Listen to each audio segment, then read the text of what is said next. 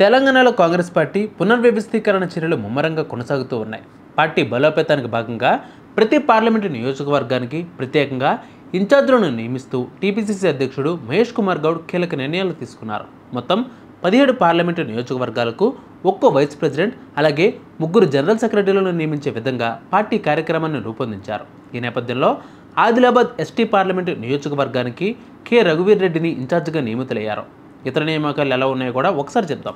చూడండి, ముందుగా కరీంనగర్కి నాయన్ రాజేందర్ రెడ్డి, ఇక జహీరాబాద్ బండి రమేష్, పెద్దపల్లి గాలి అనిల్ కుమార్, నిజామాబాద్ బాల్మూరి వెంకట్, మెదక్కి ఆలం ఖాన్, మల్కాజ్గిరి బసవరాజు సారయ్య, భువనగిరికి కోమటిరెడ్డి వినయరెడ్డి, వరంగల్కు చిట్ల సత్యనారాయణ, మహబూబాబాద్ పొట్ల నాగేశ్వరరావు, ఖమ్మం శ్రావణ్ కుమార్ రెడ్డి, చేవెళ్ల బొంతు రామ్మోహన్, మహబూబ్ నగర్ ఎం వేణుగౌడ్, సికింద్రాబాద్ హనుమండ్ల ఝాన్సీరెడ్డి, హైదరాబాద్ చిన్నపాటల సంగమేశ్వర్, నాగర్ కర్నూల్ కొండేటి మల్లయ్య, నల్గొండ నమ్మిట్ల శ్రీనివాస్.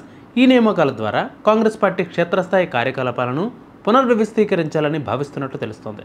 ఎన్నికలను దృష్టిలో ఉంచుకుని పార్టీ కార్యకలాపాలను మరింత బలోపేతం చేయడంలో కొత్తగా నియమితులైన ఈ నాయకులు కీలక పాత్ర పోషించనున్నారు.